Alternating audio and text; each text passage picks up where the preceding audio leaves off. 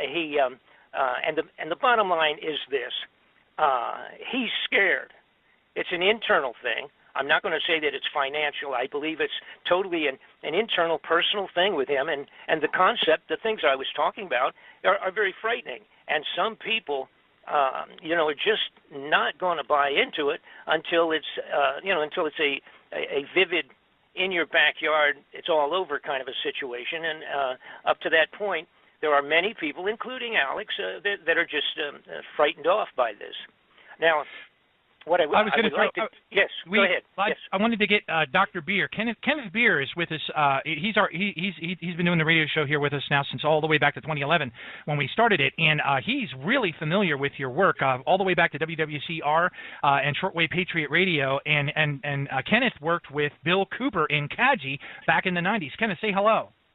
Hey, Bob, it's good to actually hear you on the show. I remember hearing you years ago on Patriot Broadcast Networks and various forums, and it's amazing that you're actually on the show now. So I'm all ears tonight, and I can't wait to hear what you're going to share. But I've followed you for so long, and I'm kind of like Alex Jones with you. You opened my eyes. Well, thank you. I greatly appreciate that. And what I probably should do is, I have to do this very briefly because I've been doing it so long, and my personal story is so complex and what have you so I don't want to spend a lot of time on that. But for the people that do not know who I am, they can go, of course, to my website, which is bobfletcherinvestigations.com. Now, if you just go on Google and put in Bob Fletcher, you'll end up there also, because I'm kind of like all over the place there, sort of like a bad fungus, I guess. But at least to the bad guys in government. So as a matter of fact, I had to quote Senator Kerry, John Kerry, who's now, of course, Secretary of State. I had assisted his offices profusely many years ago in one of the inquiries relative to drugs and government officials, and I had just run for the United States Congress in 1990. And he asked me what if I had, and matter of fact, I almost took that seat, but he asked me what would have happened if I had taken the seat and become up there in Congress. And I jokingly said, well, I would be the biggest pain in the butt that they ever had in Washington. And Senator Kerry's response there was that he said, I got news, you already are one of the biggest pains in the butts in Washington. And that was, of course, back in 1990. That's a long time ago.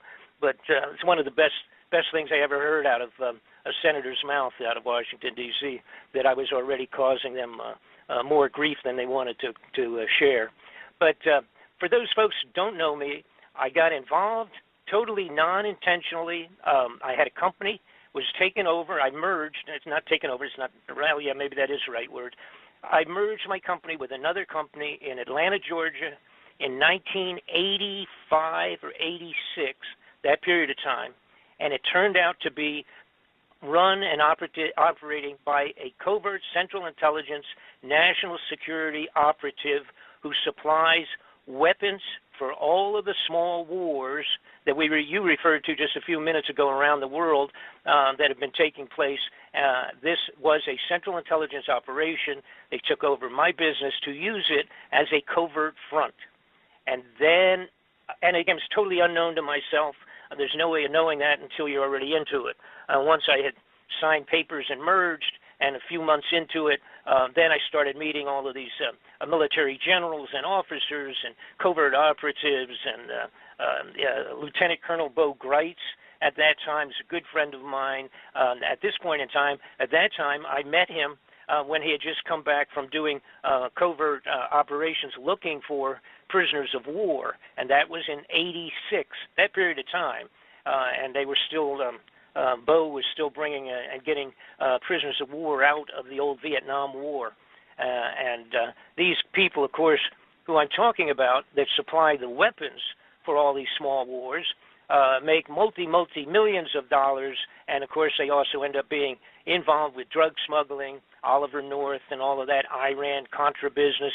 I was a witness in that, and then became, because of chasing those people, one, of course, leads to another. I became involved with at least 8 to 10 very serious top-level investigations at the congressional level. Now, I also have to add that absolutely none of them go anyplace. They are all complete garbage for the television for the most part, and to get senators and congressmen reelected because they show you all the wonderful things they were trying to do to clean up America, and in most cases it's all garbage. Now, put that aside. That's how I got involved with this stuff of chasing and following, going after criminal people, criminal personalities at the highest levels of our government, all the way up to the White House, and it's nonpartisan. They're crooks, liars, and thieves on both sides of the fence. Anybody that goes up there as an honest congressman, and I will use Sonny Bono as a perfect example, anybody that gets in there and goes and ends up getting into the Senate and the Congress, that basically at the very beginning, they kind of pull you aside and have a little meeting with you, which basically means that if you come up here and cause a lot of grief, you'll not be back here again for a second term. If you come up and you cooperate, things will run really smooth, and you can move up to the highest levels in our government if you're a good guy. From their point of view, a good guy is somebody that keeps their mouth shut regardless of what they see. And in Sonny's case, he was appalled when he got up into the den of thieves in Washington and realized how unbelievably criminal everybody was up there. And there's many, many wonderful stories, but we don't have time to get into those this evening. But nonetheless, Sonny, I bring him up because when he and I worked with Sonny, supplying him with information on and documentation, the best that you can possibly get, supplied him with reams and reams of information related to the Central Intelligence involvement and other agencies, embassies and everybody else, with the drug smuggling, murder, and assassinations.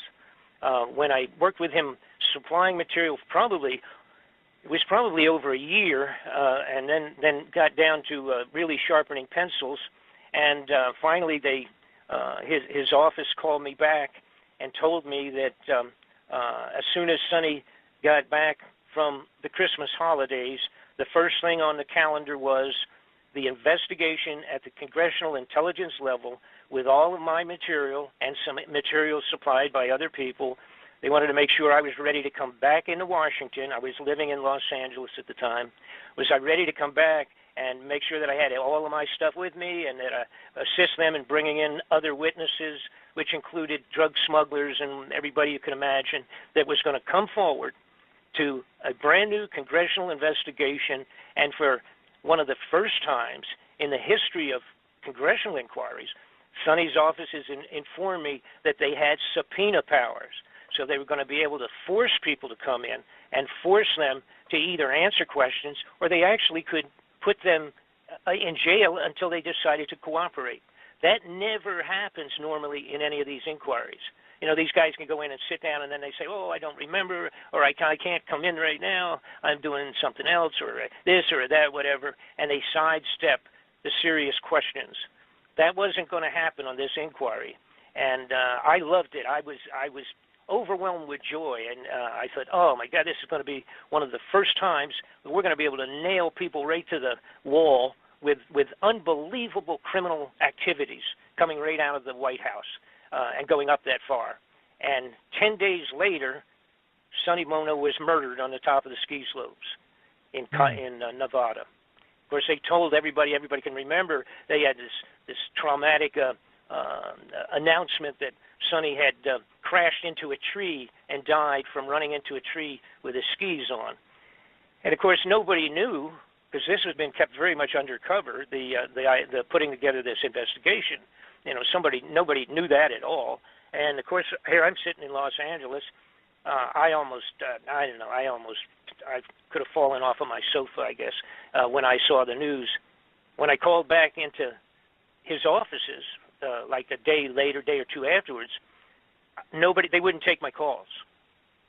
And I thought, now this is the fellow the gentleman that ran the office basically for Sonny was a guy I had been close with. You know, we had lunch when I was in Washington and what have you. As a matter of fact, one time when I had gone to Washington about 2 years ahead of this period of time, maybe a year ahead, I was in Washington D.C. to stop in there. I stopped in along with other activities I had there, and Frank, his name Frank Cullen, he came out and he said, I looked into the office and they had tapes up and they were blocking people off, and he came out and he said, we'll have to go down to the restaurant. We can't come in. And I said, what's going on? Because people were up on the desks, and there was powder all over the place from the ceiling, and they were climbing around doing all sorts of stuff. They had electronic equipment, 3 or 4 technicians wandering around in Sonny's offices in the Congress building. And I said, what is going on? And they said, Frank said, somebody's been tapping our entire offices. And now, read my lips, right? Tapping the offices of a congressman in the congressional buildings, in his office buildings. And I said, what in the world? I said, well, that doesn't surprise me what we're doing, what we're in the middle of right now. And, of course, that would have been at the very beginning of when I was supplying them with the information that I'm referring to of drug operations and what have you. So, anyhow, the bottom line is that's the kind of stuff I've been involved with. And literally, I am afraid, I feel, it has really devastated me. I feel that Sonny was murdered because of the material that I had supplied him with, and the investigation that was, in fact, ready to be cranked up. As soon as he got back, it was the first thing on the menu. Probably would have taken another, probably 15 days by the time after the first of the year, and we would have been up there. And it would have been devastating. I have live audio and I have live videos of Kuhn, one of the biggest drug smugglers in the world out of Burma, pulled out his records, and it was videotaped by Lieutenant Colonel Bo Greitz. He actually videotaped it when Kuhn saw, this is a drug smuggler in Burma that was the primary supplier of opiates into the free world for many years. He had 40,000 soldiers on the mountainside in Burma. So this is not like 5 guys, mixing funny white powder down in Mexico someplace. This is a huge operation with truckloads of the opiates coming out of the top of the hill in Burma. And he had live, which I supplied to Sonny, live recorded videos of Kun Sa's entire distribution leadership in Chinese with their books. They opened their books up going back many, many years, naming the Central Intelligence and ambassadorial level persons that had bought the drugs and set up the financing with the mafia, et cetera, read their names live out of the books on the hillside in China, in Burma. And that's the kind of evidence I had supplied, along with documentation and what have you, connecting right into people like Richard Armitage, who was Assistant Secretary of Defense for the United States of America under the Bush administration. Anyhow, that's the type of stuff I've been doing. So now let's figure out how that relates to the incoming of the possibility of Nibiru headed back in, close to the to the Earth. What had happened a few years ago, I got looking into the extraordinary amount of money that was disappearing from the United States. Now, originally, I got to actually admit, I didn't know anything about Planet X. I had heard about it. It's one of those things, like so many millions of things. You hear about stuff, but then if it doesn't move to the forefront, or you're not directly involved with it, like in my case, if you're not directly involved with it, it's like just sort of out there, and nobody could. There was no real good evidence, as far as I was concerned, many years ago, to ever pay any attention to it. But when I started looking into the money that was disappearing, now what am I talking about? For one thing, I'm talking about is that all the gold in Fort Knox is gone. It no longer exists. It has been taken, stolen, removed. All right. Now, when I say all of it, whatever, maybe I'm talking about 97% of it or whatever. There's always a couple of roomfuls of gold that people could look at, but that wouldn't mean anything, because if you didn't see all of it, or you didn't have an accounting of it, an audit of all of it, it really doesn't mean anything. we have the big building in Fort Knox that's supposedly filled with it. And then, of course, we have it in New York City and a couple of major banks. They have some of it put away and, behind bars, if you will. And you could go there and probably still see some. They still have it in a few other locations. But for the most part, when you're talking tons of gold in gold bullion, tons and tons of it like there was at one point in time, that's not there anymore. That's just gone. We have about in 2010 or 11, whenever it was, after the financial banking crash around the world, the global pinch, all right, that affected everybody, 2008, 9, 10, that period of time, the banks or those banking entities from Germany and a few other places, they came forward over here to the Federal Reserve and they said, we need a couple of tons of our gold. They have, all those nations around the world have deposited their gold, but huge amounts of their gold, at the Fort Knox vaults as a security situation, because some of the nations have always been a little shaky since World War II, and they worried basically about random overthrow of the governments or whatever, that type of insurgencies and what all. So they had put tons and tons. I believe the amount that Germany had in there was 1,500 tons of gold, just themselves. Well, anyhow, they came forward and asked for it, and the Federal Reserve said, oh, no, you can't get it right now. Uh-oh, what's wrong with that picture? If you got a couple $1,000 of mine, I would be upset. But if you had a couple 1,000 tons of gold of mine, I would really be upset. It's kind of figures that the average guy can't even perceive. So following that, there were several other nations that came forward. They asked for their gold, and they were told the same thing.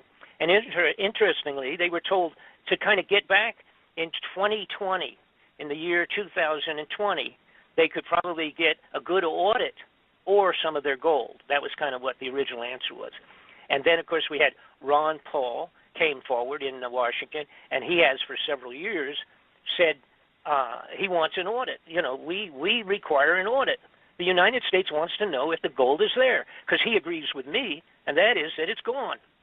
And, of course, they told him the same thing. Basically, they just said, go away. You have no right to even require or request at the senatorial, congressional level that you do not have the right, because that's the way it's set up in terms of the Federal Reserve creation and regulations.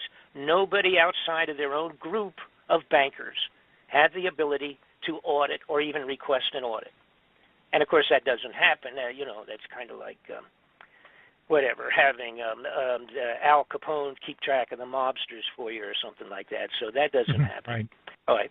So now we have – now that kind of like really bothers me, and I'm listening to that and watching that and all, and I thought, what's wrong with that picture? And then Donald Rumsfeld, the guy that was in charge of the Department of Defense at that time, came forward on the floor of the Congress. Now, this is important. It's the date that he did this, the day before the 9/11 terrorist event in New York. Rumsfeld came forward on the floor of the Congress and said that he had lost, the Department of Defense had lost $2.3 trillion. He said it went back a few years, but apparently they just can't locate it. They don't know where it went. 2.3 trillion over about 10 years. Then, of course, we had the next day was the event that occupied the news for the next 7, 8 months, for crying out loud, and that was the outrageous event in New York City. End of story. You never heard again. You never heard a word about Rumsfeld and the Department of Defense missing and losing their money. And by the way, that amount of money equals $8,000 for every man, woman, and child in the United States of America. That's how much that is. Wow. Okay, so let's move forward. What else bothered me? The woman who's in charge of keeping track of the Federal Reserve distribution of funds from the Federal Reserve into international banking, she came out and somebody asked her on the floor of the Congress in an inquiry that they had understood that somehow there was $9 trillion off of the books progressively over the last few years of the banking Federal Reserve being lent out to people, bank systems in Europe, but that they understood it was quote unquote off the books and it was not really definable as to where it had gone. And she had not acknowledged that that was a fact. So there's $9 trillion. Now, we're not even talking billions. We're talking trillion here. And again, it was progressive over a period of time. But basically, she said that she would look into it. But yeah, she understood there was sort of a, again, they just were not positive where it had gone to. So anyhow, done deal. There goes $9 trillion. By the way, that works out to about $30,000 for every man, woman, and child in the United States of America. So we're almost getting serious money here. So anyhow, when I put all this together, and then there was many, many other outrageous situations with huge, gigantic amounts of money just vanishing progressively over 10, 15, 20 years. So now you got to realize, see, there's no way to money launder $1 trillion. Not you can't, $1 trillion. And we're talking 2.3 vanished from the Defense Department. If you were slick enough to embezzle that out of the funding of the Defense Department, you can't go to the local bank and hide it in your safety deposit box. All right, not even Pablo Escobar, the drug smuggling operations, they couldn't do anything with that. So I sat, and I was thinking, what in the world? Where could money like that go to? What are we talking about here? And again, it's 20, 30 years maybe altogether. This is a total outrageous volume vanished. And then I remembered somebody in 94 had come to me, not just one person, but many people, and I was involved with a bunch of different things, and I testified before the U.S. Intelligence Committee myself in Washington on a couple of things. And the bottom line was, I recalled somebody saying, Bob, are you familiar with the underground facilities that they're building all over the United States, these giant underground hideouts? And, of course, I said, well, I was familiar with some of the military operations, of course, and I knew we had some of the biggest and best underground facilities on Earth for NORAD and that type of, operations. And then, of course, somebody said, well, I'm talking about like even at the Denver airport is a giant underground facility. And, of course, I had a friend that was real close to that and a couple other people that were involved in the financing and what have you of government and all of that. So I was familiar, and I also was familiar that had gone from being a construction of a fancy airport into being extraordinarily over budget. I mean, they kept going, 40 million here, 60 million there, 20 million here. I mean, it just kept going right through the ceiling in terms of cost factor. And after they finished it in 95 and opened it up for use, I had gone with a friend of mine, and we snuck down underground into some of the facilities below, and they were huge. They were gigantic. We had tunnels and tunnels and all kinds of offices and just all kinds of things underneath there. Had nothing to do with the airplanes coming in and out, and entire 7-floor buildings that were buried underground there and what have you. And today, now that was in 95. And I actually photographed and got some film, whatever, that actually somebody ended up stealing. But it doesn't make any difference because now we have a lot more. I have live footage underneath these facilities as we speak. But the point was that was a heads up for me. And then I had remembered talking to some truck drivers, said they had gone from one facility to another facility, probably 800 miles away, driving in his 18-wheeler, 40-foot truck, making deliveries between different points underground.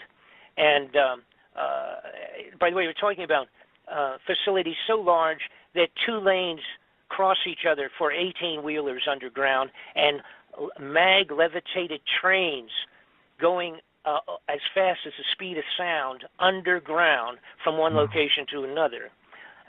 So the next point in my process of looking into this stuff was also the realization that somebody had come to me. Here's what had happened. So I explain this. Once I got involved with all of this stuff and had been doing it for 30 years, I had so many people coming, and they would say, hey, you know, I work for the CIA, or I work for this, or I work for that, and I mean, I would meet them in, you know, some cases face to face. Several of them became friends, and they would just say, look, I can't come out. I'll get blown away, you know, but let me just give you this. And I would get a packet of information, or I'd get some photographs, or I would get this, or get that, or whatever. And that happened over and over again because so many of the bad guys were the same bad guys, interfaced with people 10, 20 years ago, and now they're mixed with a different group, maybe 3 or 4 other guys, and they're carrying out more covert operations around the world, doing A, B, and C.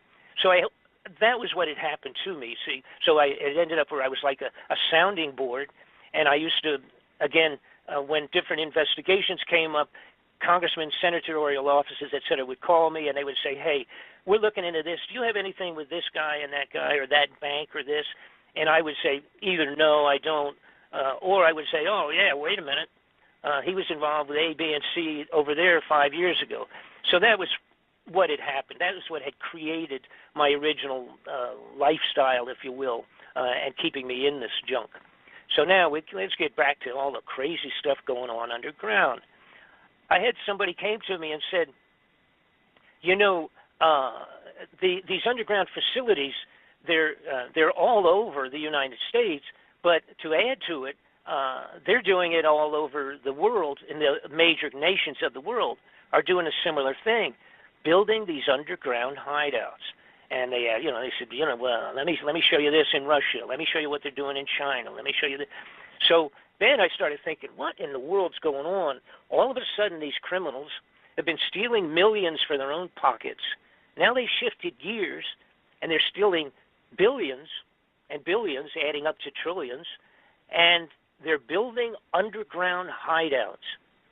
And then I looked into it, and I found out that they were filling them with survival foods by the tons and tons and tons of underground facilities being filled with tons and tons of survival dried foods and goods and material. Then I found out they had some facilities where they were growing, had set up underground growing operations so that they could grow actually foodstuffs in certain of these underground facilities. Then I found out about a thing called the International Seed Vault. Now that's not terribly secret, but basically it's up in Norway, and it goes into the side of a granite frozen mountain in Norway, kind of on an island, if you will, highly secured, totally secret entrances only with military guards, etc. But they have seeds to regenerate all living foodstuffs on the face of the earth if, in fact, all of those things were eliminated. If all of a sudden everything was wiped out and we had to replant, we have multi-millions of seeds in the Norway International Seed Vault. Oh, wow, that's pretty strange. All right, so now I'm adding all this stuff up. And then someone comes to me. Oh, and by the way, the Russians, in 2010, they put out a mandate for themselves internally to build and create 5,000 underground emergency shelters. That was in 2010. Their mandate was to accomplish that by 2013. That was a targeted date. They did complete them for the most part. Most of them are small. They're not what I'm talking. They're not 8,000 or 10,000 people to get underground. They're smaller facilities. But one of them can handle over 60,000 people underground in Russia. All right. So, and then, like I said, we have these, and then China. China's been doing the same thing. They have, and these are dug with these gigantic digging, tunnel boring machines that are so large. The bigger ones, they can go a couple of miles a day into the side of a mountain, and when they're done, back out, and you could drive an 18-wheeler down where they've been. That's it. Just punch a big hole, come back out, and you could drive an 18-wheeler facility into the side of a mountain or underground. So that's how they're built in terms of the basic drilling of these things. The Red Chinese have one single drill that is 3 of them in tandem, big enough so that they go into the side of a mountain, pull it out, and 2 18-wheelers can go side by side driving into or under the ground with these facilities. So the next point obviously was, what in the world, what is the possible reason for this kind of expenditure of funds? And by the way, see, if anybody wants to know, everybody ever scratch their head and say, how come they don't fix 50,000 bridges and tunnels and what have you in the United States of America, all of our infrastructure? They haven't spent a penny on that stuff in 30 years. We have bridges today with 1 million cars going over it every day into major cities that technically should be condemned. And the numbers of that, by the way, and of course all this stuff, a guy can individually look up on your computers. You want to find about, just put something in your computer on Google like infrastructure problems in America, and put that up, and you see the figures. It'll blow your mind. But they're not doing anything. They're not doing anything on any of that stuff. The money is not there. Where's all the money? The money is underground in these hideouts for the elite.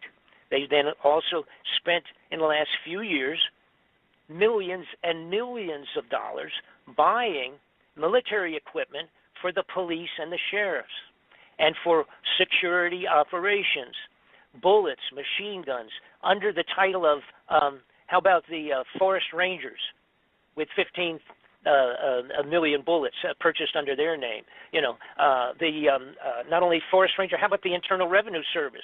Thousands of bullets and machine guns and that type of stuff. All right? So we say, what's that got to do with it, Bob?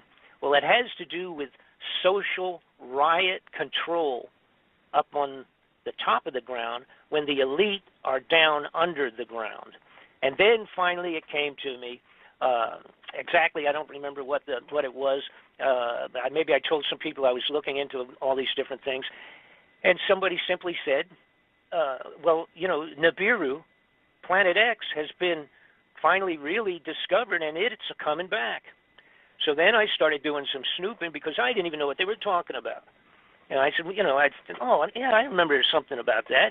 And back, as a matter of fact, in the 50s and the 60s, it was like in Look magazine, Reader's Digest, and for all of our young people out there, these were big, important magazines in the United States that were better than most of the newspapers. And they had done stories about Planet X in the early 50s and 60s. But at that time, they said, even if it was really found and located, don't worry about it because that's 50 or 60 years from now, right? Uh-oh. Guess what, guys? It's 50 or 60 years since they wrote those stories, okay? So now's the time you do start worrying about it. Somebody brought to my attention a fellow named Zachariah Sitchin. It's a guy that had done had gone into the Sumerian clay tablets. By the way, there was like thousands and thousands discovered over there in Iran, going back 4,000 years. And he deciphered them and discovered that there was this planet called Nibiru, which is Planet X, or part of the same small system, that was coming around, had come around several different times, but it had been written up in these clay tablets that basically that was what had generated Noah's floods. One of the close passings of this Planet X, Nibiru, was what had created the floods in Noah's time. Now, there's always all kinds of, because when you start going back 1,000, 2,000, 3,000, 4,000 years and deciphering things and analyzing them and all, it takes an awful lot of study to do the right comparisons as to time and date. The dates have all changed. Calendars had changed. There's differences of biblical time relative to calendars and timekeeping relative to other nation states at that, going back that far in antiquity. But the Bible writes about it. The Quran writes about it. There have been cave drawings and writings on the walls that writes about it. And then, of course, when Dr. Sitchin finished doing his deciphering of this thing and said that it was going to be coming back around, of course, it's a typical human nature. Just like Alex Jones being afraid of the fact that it might be true, it's human nature in science that if you don't have a good video, of this thing, nobody believes you. It takes an awful lot to get science to change their opinions or change their precepts of things, events, astronomy, whatever it is. But lo and behold, Dr. Sitchin finds out that a fellow named Dr. Harrington, who ran actually was the head of the observatory, the Naval Observatory for the United States of America. He got interested in Sitchin's proposal on this faraway planet that has this huge orbit, goes way out and then comes back in again and then way out again. He started looking into it and kind of studied it for about 10 years, I guess. And then finally he said, uh-oh, we think we found it. Now, this is the Naval Astronomy, the actual planetarium observatory, if you will, for the United States Navy. And this guy ran it, okay? He called Sitchin in to his offices and sat down with him. And I'm not sure off the top of my head. I have 10 million things in my feeble little mind here, but I don't have the exact date. It's not important. I think it was 1990. And so Sitchin sits down with Harrington. Harrington says, I agree with you. I think that you're absolutely right. And as soon as he said that, in a short period of time, he became ill and he died of cancer in about, within a couple of years before he was able to complete his official report. Now, people, of course, could throw stones at that since the final report was never accomplished, but we have the actual videotape of that meeting between Sitchin and Harrington when Dr. Harrington admitted he was right and they had found it. So some point in time, and by the way, I have to say this also, I'll just throw this in. And I'm going to use the word credible because it's hard to know if they are or not, but every one of the people that would be called prophets that are any good, all right, the really best quote-unquote prophets going back 1,000 years or 500 years or 7 or 4 or 6, all of them talk specifically about Nibiru, the planet X coming back around, causing all of these different problems, et cetera, et cetera. And it included Mother Shipton from England 400 years ago that predicted scuba diving, submarines, automobiles, tanks, harvesting equipment, generators, computer systems, all of that. And she also made a big deal about Planet X Nibiru coming back by and causing unbelievable havoc on the face of the globe. Nostradamus does the same thing. And my point, I guess, here is when you have all of the religions, all the religious writings, even the monks on the top of the mountains in Tibet have the same stories, the same information related to the return of Nibiru. All right, now, and there's also junk related. I'm not going to get into it too much. Information, junk's not a good term. Information related to this also in the crop circles like crazy. All kinds of very specific points of the Nibiru return.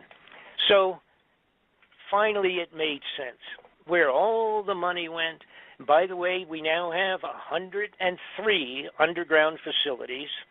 I have finished the DVD. It's a double disc DVD. It's very tedious because I was obligated, I thought, to give all of the interfacing connections of in other words, connecting all of the dots from square one moving forward. It's a 4-hour DV, 2 DVs of 2 hours each. It covers everything, the political part of it, the foreign part, the secrecies, how they've been doing it, how they've been going about it, etc. But the bottom line is this, and some people will remember, 1983, Ronald Reagan did a speech on the floor of the United Nations, and he said, I wonder how we will all react between each other. And he was talking to the Russians and the Chinese, and at that time, he said, when we discovered some extraterrestrial threat, how well would we cooperate among each other once we found that there was an extraterrestrial threat headed towards Earth, and in fact, we all had to join together? Well, that's exactly the period of time, from my information, that Ronald Reagan was presented with the fact that Nibiru was headed back in and gave them a fairly close estimate. Estimate is probably the best term of when it might in fact be going to arrive. So now I'm going to shut up briefly anyhow. If you have any questions or anything like that, jump on right now. We've also had, by the way, an awful lot of important people at high levels of international government that had died since this, that may very likely have been privy to the information of this planet headed back in, and that the upper crust bad guys were maybe worried that they wouldn't keep their mouths shut, so they eliminated them. And of course that includes 2 or 3 of the heads of the CIA that had been retired. They were all killed. They set them up and make it look like they were physical problems, or that they had, in Bill Colby's situation, they told us that he had fallen out of his canoe, and I did a major investigation into his death. He was murdered, no question about it. Who knows why Princess Kelly, or why, what am I trying to say?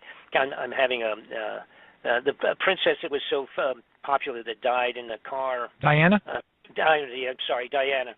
Princess Diana. She may possibly have been one that fit into the category of knowing what was coming and people being worried that she would shoot her mouth off. So you have to understand something. A lot of people, and a lot of people ask, when are they going to tell us? When are they going to make an official announcement to the people that this thing is coming in? All right? That can never happen, and it will never happen.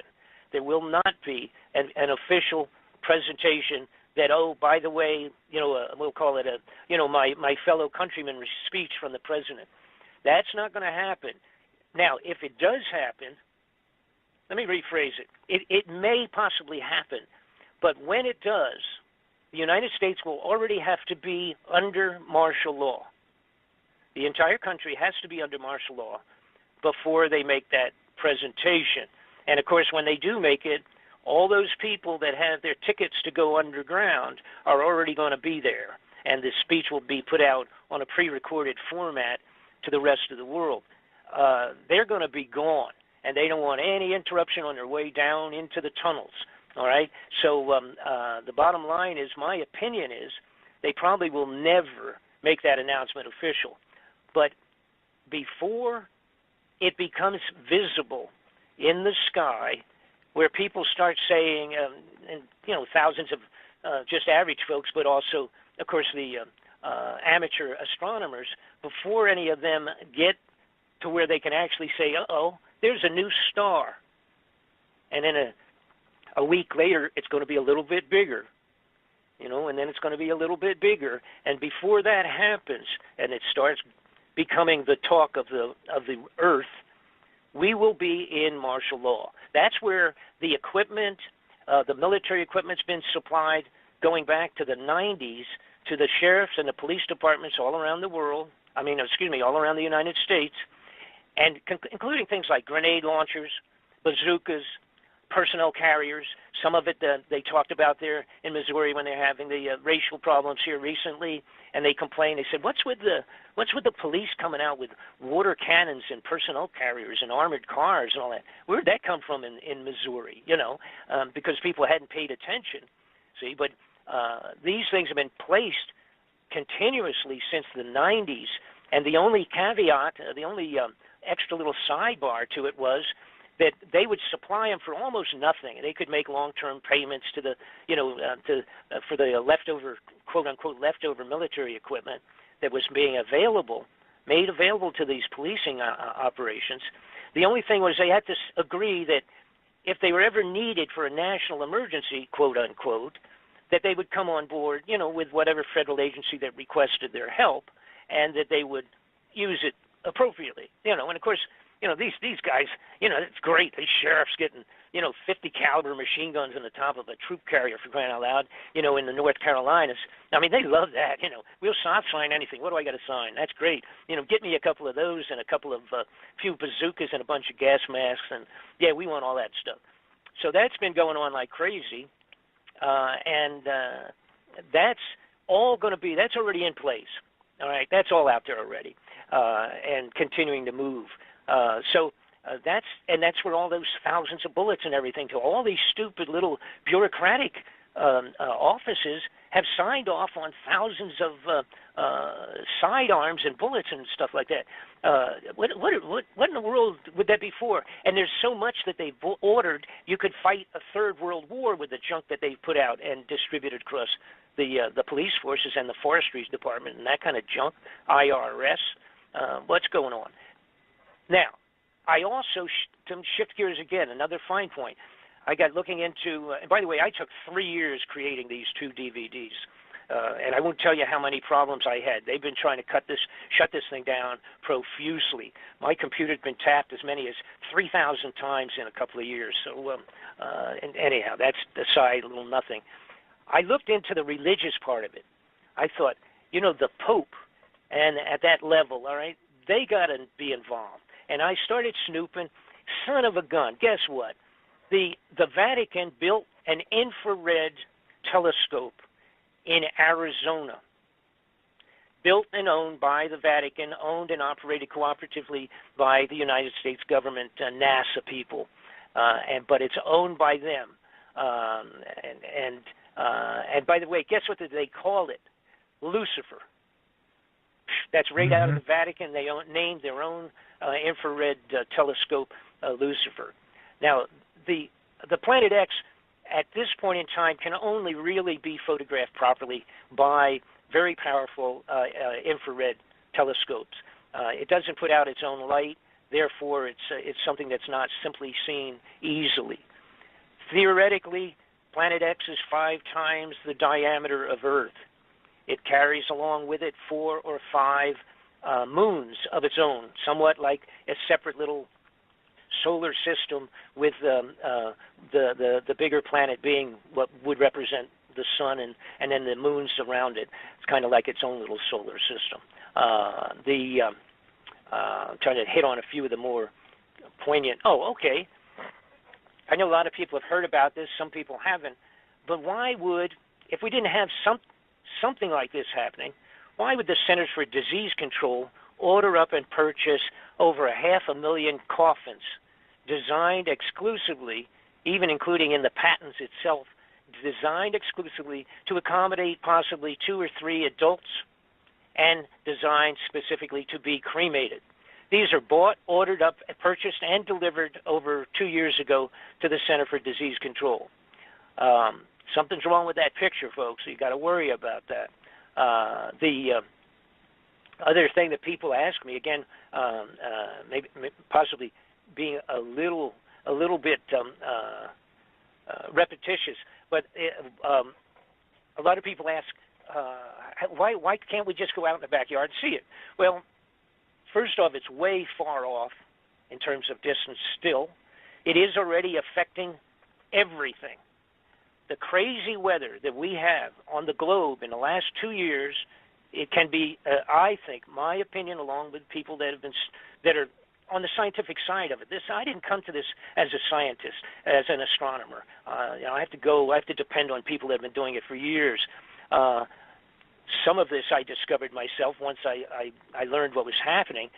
For example, all of the planets have been changing, going from Pluto inward. All of the planets have been heating up. Their surface chemistries have been altering. There's having storms on the face of some planets. They've never seen that ever before. That's right. Some of the planets are wiggling, jumping around a little bit in their orbits. They're not quite sure what's going on with that. All right? Now, Planet X comes back from a distance out beyond the Oort cloud. And for people that are not familiar with that, and that would include myself 3 years ago, the Oort cloud is like a gigantic circle of space debris in tremendous volume. I'm talking trillions and trillions of pieces, I guess, of space debris that constitutes what they call a cloud, named after the guy that discovered it, named Oort, a German or a Yugoslavian or something like that. Anyhow, it comes in from way out there. That Oort cloud, so that you get a handle on this, that Oort cloud surrounds the entire solar system that we are existing in. All right, so that's how big it is and how far out it is. All right, the Planet X is said to be returning from way out past that, coming back in, and when it travels, it's like a bowl. I refer it to like the bowling ball effect. It's like a bowling ball coming down the alley into the 10 pins at the end of the alley, and as it goes into all of that debris and everything else on it, making its way on inward, it's affecting by gravitational effects and physical collision, etc. It's banging junk all over in every possible direction into the universe. We have had an increase in meteors and meteorites just in the last 3-4 years. I mean, and unless you're completely out of it, you can just watch the regular NBC, CBS News, and you can see every once in a while they say, oh, there was another meteor was seen, and they'll show this ball of fire coming down over California, and then they'll say, oh, a week or two later there's another one someplace else, and someplace else, and someplace. It's global. They're all over. They're coming in like crazy because they've been cultivated and smacked and dislodged from where their normal little homeland would be, floating around in space, because of this Nibiru coming back in with this whole little solar system of its own, heading back. The idea is now there are, in fact, and I have to kind of give credit and point out and make a real important point here. There are a couple of different points of view whether Nibiru will come back in on our plane. We are on what's called the plane of the ecliptic, which is somewhat all of the planets reasonably on a flat plane. If you put your arm out away from your body, if you put your arm out flat, straight out, the plane of ecliptic that we are rotating on in our orbit and all of the other planets on their orbits is all pretty much reasonably on that flat plane. Now, if you go down, move your hand downward about 12 or 8 inches, that would represent approximately a 30-degree slant off from a straight arm, a straight point where your arm would be out straight. That would be about a 30-degree off of the ecliptic. Now, the half of the people think that it will be coming in pretty close to flat plane. The rest of them think it's going to come in at about 30 degrees to from below us and cutting through, sort of like cutting through a pie, but cutting through on that 30-degree angle, coming up around the sun and then back out again on that angle. Either one doesn't make any difference to me. My point, of course, is just if the darn thing's coming and it's going to, create all the problems that it will create. So you do have a difference of opinion of people that are on both sides of the fence, equally as intelligent and schooled on astronomy as each other, but talking about slight differences on that. Now, it would make a difference of how long we would be affected. And again, I must point out there's a fellow named Gil Broussard has done a tremendous amount of study on this himself for many years. He's matched up all the dates of when it previously had come by and caused problems there. And again, this is where you have two different thought factors here. One group also feels that it's which Dr. Sitchin originally said when he did the Sumerian tablets.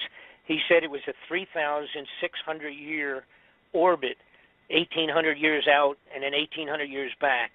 All right, and that would mean, of course, that it would only come around every 3,600 years. Now, Gil Broussard feels that it has been coming around every 360 or 350 years. Now, that means it would be coming around 10 times in that 3,600-year orbit.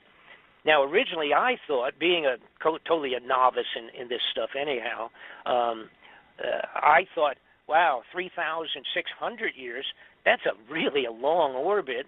Does that even make physical sense? How come it doesn't fly apart in that period of time, et cetera, et cetera? But then I realized that we had a comet. Everybody's familiar with Halley's Comet. Halley's Comet comes around every 75 years. And then I realized that there was another comet that came around a little while back in, I think, discovered in the 60s or something like that, that actually was it was called the Hale-Bopp comet. And it came around a few years ago, had never been seen before, was not logged in any place. And it was pretty good size, just like Halley's Comet. And it was a 4,200-year orbit. See, so that's 1,000 almost, 700, 800 years longer than the 3,600 that was perceived for Planet X. So that long orbit is a reality. That's all I'm saying. It actually, now as it is, this particularly Hale-Bopp comet will not be coming around for another 4,000 years, so we don't have to worry about that. And of course, it was just a comet. The difference here is we're talking potentially a physical planet the size of 5 times Earth. It supposedly passed through the last time. There has been writings on this. Again, I go back to antiquity, all over the place describing the last passing of this thing. If it was 360 years ago, or if it was 3,600 years ago, it makes no difference. The United States elite criminal personalities at the top of our government have stolen the money, built 100 of these underground facilities and filled them up, not with foodstuffs, for 50 years from today. Why are they having them completed last year and this year and 4 years ago all over America, keeping them top secret, spending every buck they could steal, including the gold, all of that money going down underground, if they do not perceive this to be coming back in a short period of time, period. Now, let me leave this open now to you guys. You got any questions, more than 700 of them, please go ahead and ask, and if I can answer it, I will, and if I can't, I'll just tell you I don't know. Oh, great. Well, I'll tell you what, this has been unbelievable. You have touched upon every major point that, I mean, wow. Thank God. And I'll share some things with you, and then I'll also pass over a couple of questions that some people had sent in. What's fascinating is that when you look at, if you were to make yourself a model of the solar system, of our solar system, and then create a second model of another solar system, bigger, smaller, doesn't really matter, and you would take the two models and you would slowly move them toward one another, and then and move them past one another in an elliptical orbit, which is arguably what this is supposed to be in. If you were to create that model and move the Nibiru system through our solar system and in an elliptical orbit and back out again, what you would end up with is 2 events, not one, but 2 events. And what's fascinating is the Bible actually explains those 2 events in rather vivid detail in a couple of verses.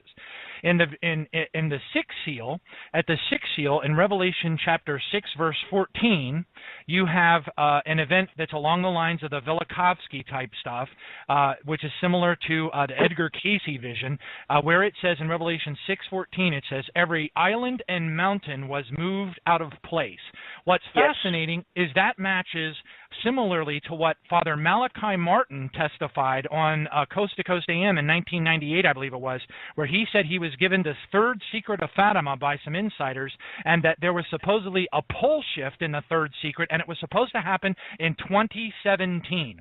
Now, if Nibiru, the system, moves through our ecliptic plane and comes back on the elliptical orbit through again a second time, what's fascinating is about 3 years later, arguably, because the Great Tribulation of the Bible is about 3.5 years long, okay, Revelation 16, verse 20, in contrast to Revelation 6:14, says every island fled away and the mountains were not found. So what you have in Yep. So then you have a dynamic in Revelation 16, verse 20, that is very similar to what you see in the movie 2012, where the crust of the earth completely gave way and entire continents were destroyed. And that's fascinating because the timeline just seems to follow suit with an elliptical orbit of a star system moving through our solar system. One of the questions that someone had submitted was, have you heard any word, in your from people in your sources and such, about Puerto Rico, something happening in Puerto Rico, FEMA coffins, stockpiles of emergency supplies, things like that, anything associated with Puerto Rico? There is a prophet by the name of Ephraim Rodriguez who's talking about a comet or an asteroid splashing down off the coast of Puerto Rico. What do you know about that? Okay.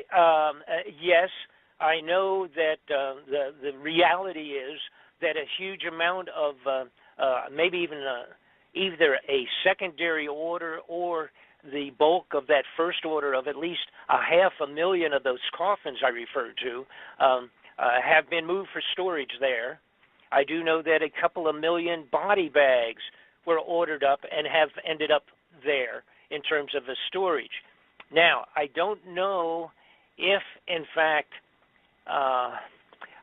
first off, I don't believe there's any way anybody at this point in time could say XYZ is going to hit into the waters close there or something of that sort. I don't know.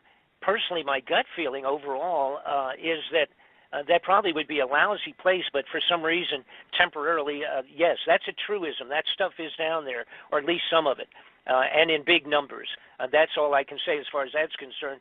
Not positive about if anybody would have the ability to get close enough to say. And besides, here's the other point. If we saw a tsunami in a couple of years ago, and we witnessed that, and it was unbelievable. And that was from an earthquake way far out in the ocean. These tsunamis that would be set up and generated from large, let's say something the size of a school bus, anything the size of like a school bus that went into any of the oceans on the earth, will set up tsunamis that would be shocking to almost every coastline, east and west, away from the center point. It only takes something that big if it's coming in at the speeds that these would be coming in. We witnessed one, and now this is another important point as people relate to why can't we see these things, et cetera. First off, it's not close enough. But secondarily, we have to remember something that we saw right in front of our face, and that was the meteor that we were watching and waiting for a meteorite or a meteor to come in that we were aware of that was going to come in over Russia a couple of years ago. And then on the same day, a secondary, which apparently had no connection to the first one, a secondary one came in and blew up really violently and blew like 2,000 windows out in Russia and injured a whole bunch of people, et cetera. It was like a big bomb going off in the atmosphere. It actually did burn up and explode.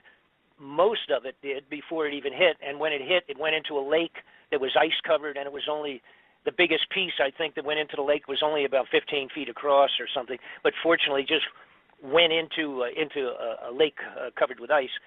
But everybody right away said, where did that come from?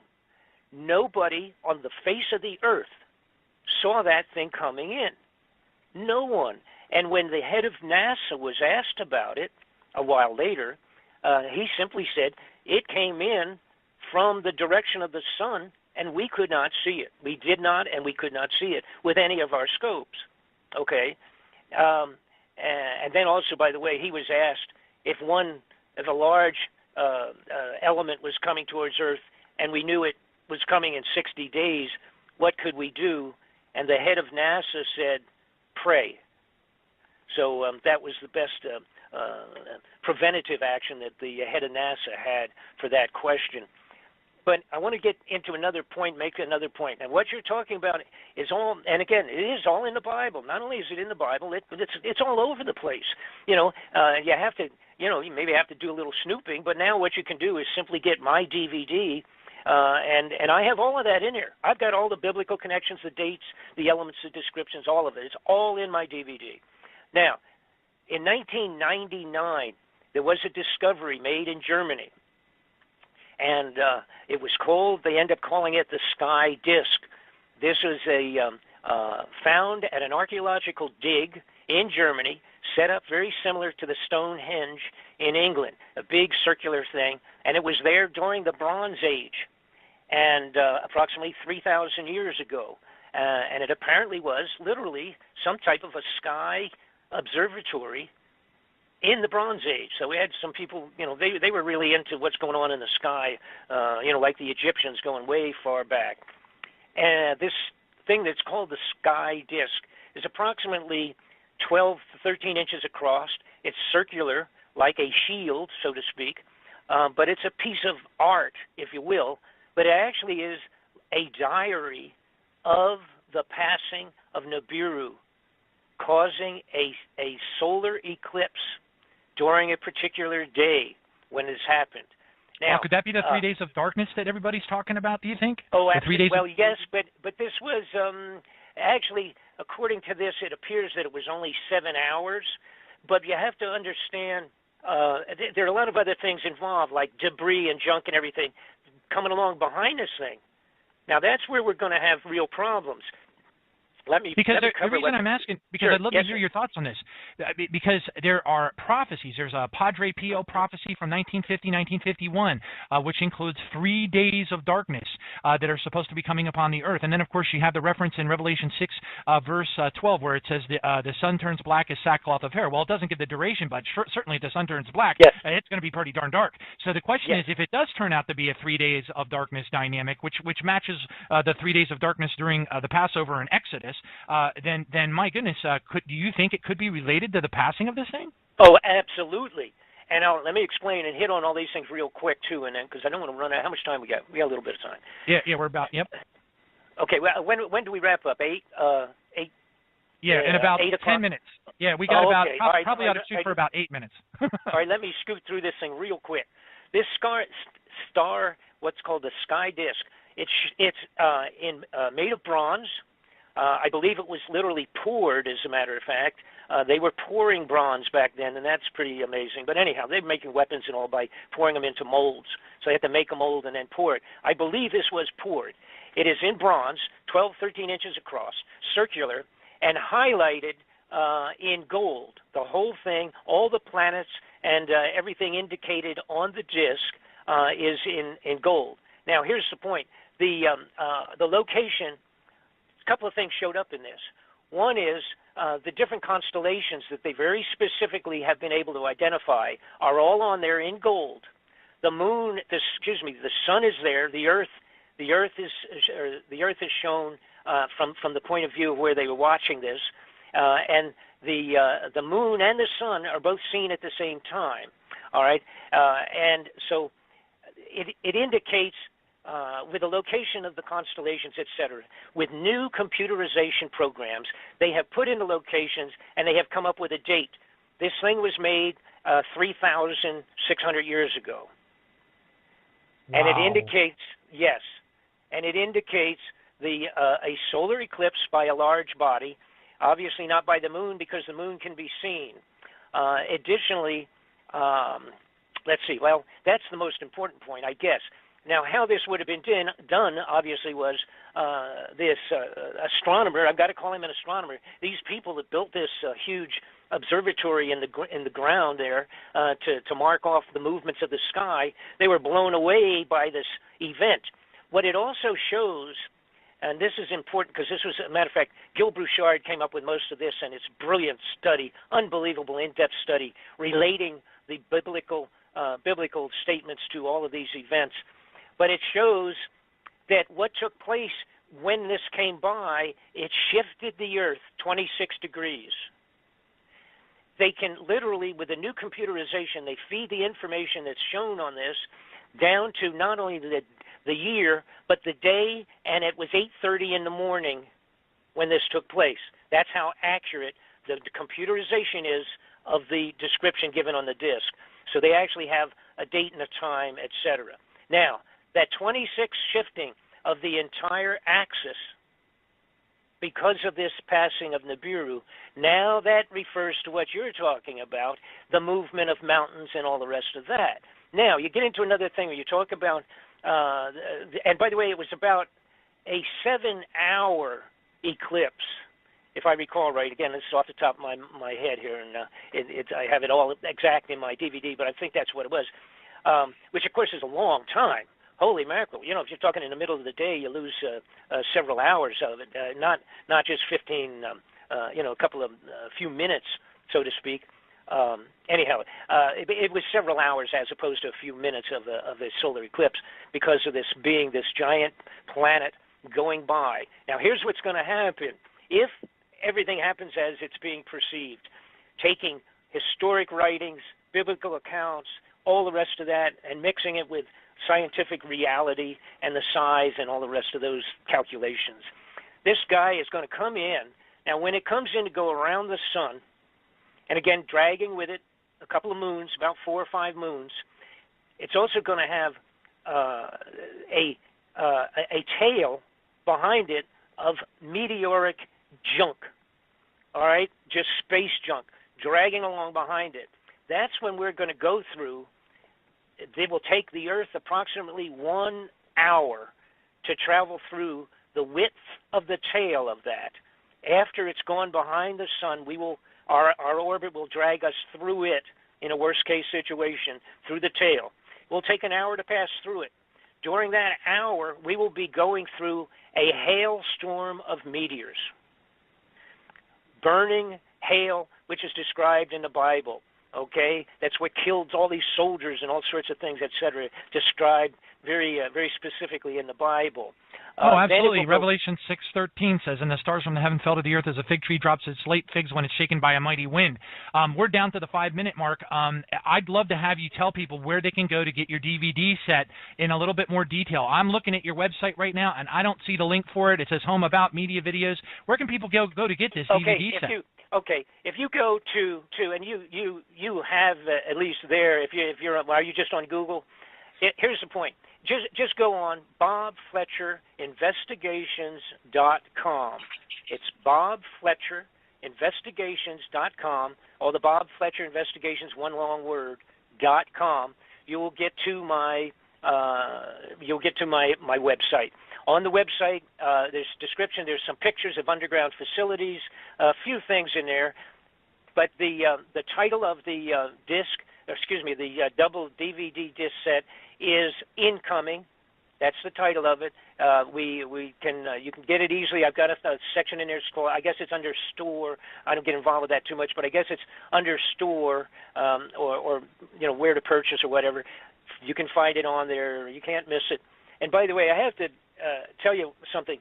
I've done a couple of radio programs that are fairly large in their following, and the reaction has been mind-boggling. People are really understanding the seriousness of this. Now, I want to get in real quick. I do give you an estimate of all of these professionals of when we might see this. And it's interesting because you talk about Passover and the relationship to the biblical statements on this crazy thing. The estimate is that possibly by next December, the star will be seen first up in the sky, that the Planet X will be seen as a star. The earliest time has been calculated to be next December, and for it to pass by March and April. Wow. Of the very 90 days later, the Passover. That would be the very earliest. The very latest would be any one of the other following 2 or 3 years. In other words, it'll be seen in December, and then within 90 days it'll pass by. That's when the problem hits the fan. It will constitute blocking the sun with it, not only itself, but by all the debris and junk, plus the volcanic activity. As we speak today, the volcanic activity on the Earth is amazing. A couple of weeks ago, it was 37 of them at one time was going off. Nobody's talking much about that, but it's in reality. You can look up the activity and what have you. It will cause volcanoes. It will cause tsunamis that will be mind-boggling. The gravitational effect. We have to remember, and I get into this also in the DVD. You have to remember that the moon pulls our waters in and out all the time with the tides. Okay, this thing is 5 times the size of Earth. The gravitational effect would be mind-boggling to all of the oceans and the coastlines. So it's a multitude of problems.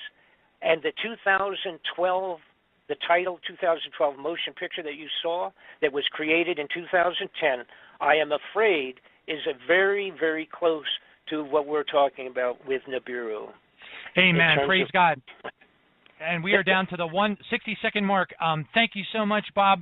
God bless you. Let's just go ahead. Father God, in the name of Jesus, we just pray that this word will be spread, that people will be doers of the word, not just hearers of the word, deceiving themselves. James 1:22, that you will send this information out to people so that they can be made aware of what is coming upon this earth and get themselves right with the King of Kings and the Lord of Lords, Jesus Christ. Father, we just want to lift up Brother Bob Fletcher. We pray for his health. We lift him up, Father. Make him feel better. We pray for your divine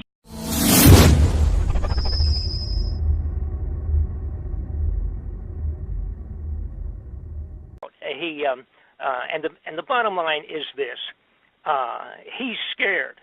It's an internal thing. I'm not going to say that it's financial. I believe it's totally an internal, personal thing with him. And the concept, the things I was talking about, are very frightening. And some people, are just not going to buy into it until it's, until it's a vivid, in your backyard, it's all over kind of a situation. And up to that point, there are many people, including Alex, that are just frightened off by this. Now, what I would like to... Yes, go ahead. Yes. I wanted to get Dr. Beer. Kenneth Beer is with us. He's been doing the radio show here with us now since all the way back to 2011 when we started it, and he's really familiar with your work all the way back to WWCR and Shortwave Patriot Radio. And Kenneth worked with Bill Cooper in Kaji back in the 90s. Kenneth, say hello. Hey, Bob, it's good to actually hear you on the show. I remember hearing you years ago on Patriot Broadcast Networks and various forums, and it's amazing that you're actually on the show now. So I'm all ears tonight, and I can't wait to hear what you're going to share. But I've followed you for so long, and I'm kind of like Alex Jones with you. You opened my eyes. Well, thank you. I greatly appreciate that. And what I probably should do is, I have to do this very briefly because I've been doing it so long, and my personal story is so complex and what have you so I don't want to spend a lot of time on that. But for the people that do not know who I am, they can go, of course, to my website, which is bobfletcherinvestigations.com. Now, if you just go on Google and put in Bob Fletcher, you'll end up there also, because I'm kind of like all over the place there, sort of like a bad fungus, I guess. But at least to the bad guys in government. So as a matter of fact, I had to quote Senator John Kerry, who's now, of course, Secretary of State. I had assisted his offices profusely many years ago in one of the inquiries relative to drugs and government officials, and I had just run for the United States Congress in 1990. And he asked me what if I had, and matter of fact, I almost took that seat, but he asked me what would have happened if I had taken the seat and become up there in Congress. And I jokingly said, well, I would be the biggest pain in the butt that they ever had in Washington.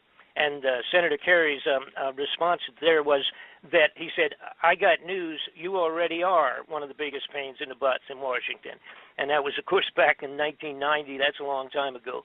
But it's one of the best things I ever heard out of a senator's mouth out of Washington, D.C., that I was already causing them more grief than they wanted to share.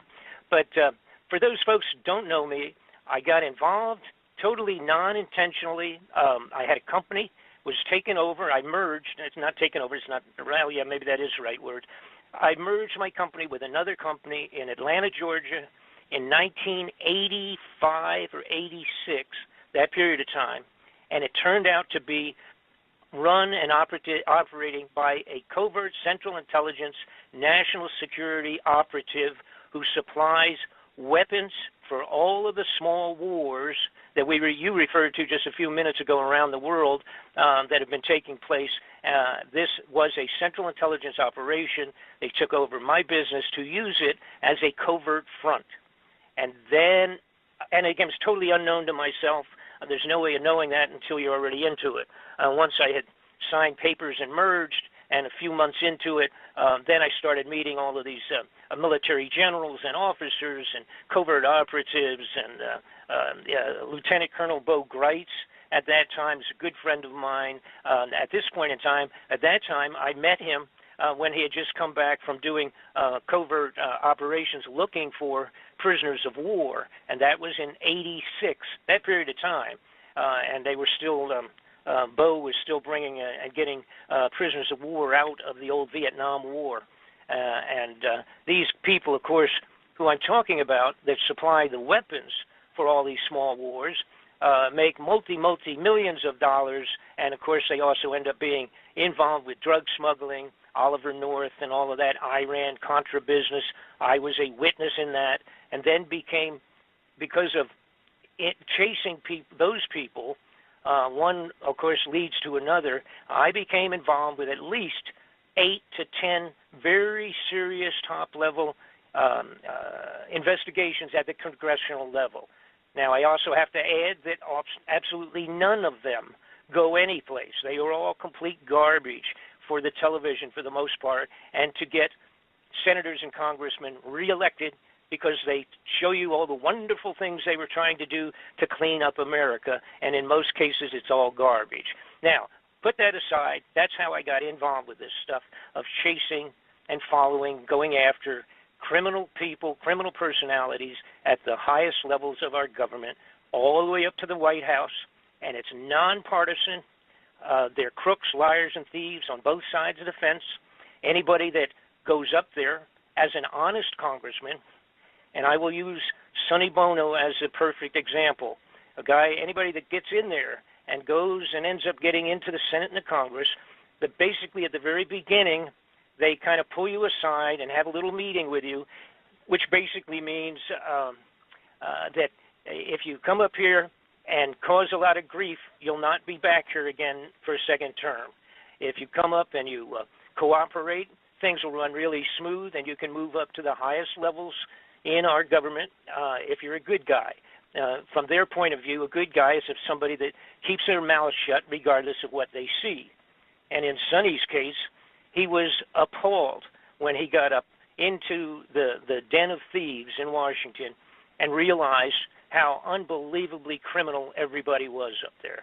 And there's many, many wonderful stories, but we don't have time to get into those this evening. But nonetheless, Sonny, I bring him up because when he and I worked with Sonny, supplying him with information on and documentation, the best that you can possibly get, supplied him with reams and reams of information related to the Central Intelligence involvement and other agencies, embassies and everybody else, with the drug smuggling, murder, and assassinations. When I worked with him supplying material, it was probably over a year, and then got down to really sharpening pencils, and finally his office called me back and told me that as soon as Sonny got back from the Christmas holidays, the first thing on the calendar was the investigation at the Congressional Intelligence level with all of my material and some material supplied by other people. They wanted to make sure I was ready to come back into Washington. I was living in Los Angeles at the time. Was I ready to come back and make sure that I had all of my stuff with me, and that I assist them in bringing in other witnesses, which included drug smugglers and everybody you can imagine that was going to come forward to a brand new congressional investigation. And for one of the first times in the history of congressional inquiries, Sonny's offices informed me that they had subpoena powers. So they were going to be able to force people to come in and force them to either answer questions, or they actually could put them in jail until they decided to cooperate. That never happens normally in any of these inquiries. You know, these guys can go in and sit down, and then they say, oh, I don't remember, or I can't come in right now, I'm doing something else, or this or that, whatever, and they sidestep the serious questions. That wasn't going to happen on this inquiry, and I loved it. I was overwhelmed with joy, and I thought, oh my God, this is going to be one of the first times we're going to be able to nail people right to the wall with unbelievable criminal activities coming right out of the White House and going up that far. And 10 days later, Sonny Bono was murdered on the top of the ski slopes in Nevada. Of course, they told everybody. Everybody can remember they had this traumatic announcement that Sonny had crashed into a tree and died from running into a tree with his skis on. And of course, nobody knew, because this has been kept very much undercover, the putting together this investigation. Nobody knew that at all. And of course, here I'm sitting in Los Angeles. I could have fallen off of my sofa, I guess, when I saw the news. When I called back into his offices, like a day or two afterwards, they wouldn't take my calls. And I thought, now this is the fellow the gentleman that ran the office basically for Sonny was a guy I had been close with. We had lunch when I was in Washington and what have you. As a matter of fact, one time when I had gone to Washington about 2 years ahead of this period of time, maybe a year ahead, I was in Washington to stop in there. I stopped in along with other activities I had there, and his name Frank Cullen, he came out and he said, I looked into the office and they had tapes up and they were blocking people off, and he came out and he said, we'll have to go down to the restaurant. We can't come in. And I said, what's going on? Because people were up on the desks and there was powder all over the place from the ceiling, and they were climbing around doing all sorts of stuff. They had electronic equipment, 3 or 4 technicians wandering around in Sonny's offices in the Congress building. And I said, what is going on? And they said, Frank said, somebody's been tapping our entire offices. And now, read my lips, right? Tapping the offices of a congressman in the congressional buildings, in his office buildings. And I said, what in the world? I said, well, that doesn't surprise me, what we're doing, what we're in the middle of right now. And, of course, that would have been at the very beginning of when I was supplying them with the information that I'm referring to of drug operations and what have you. So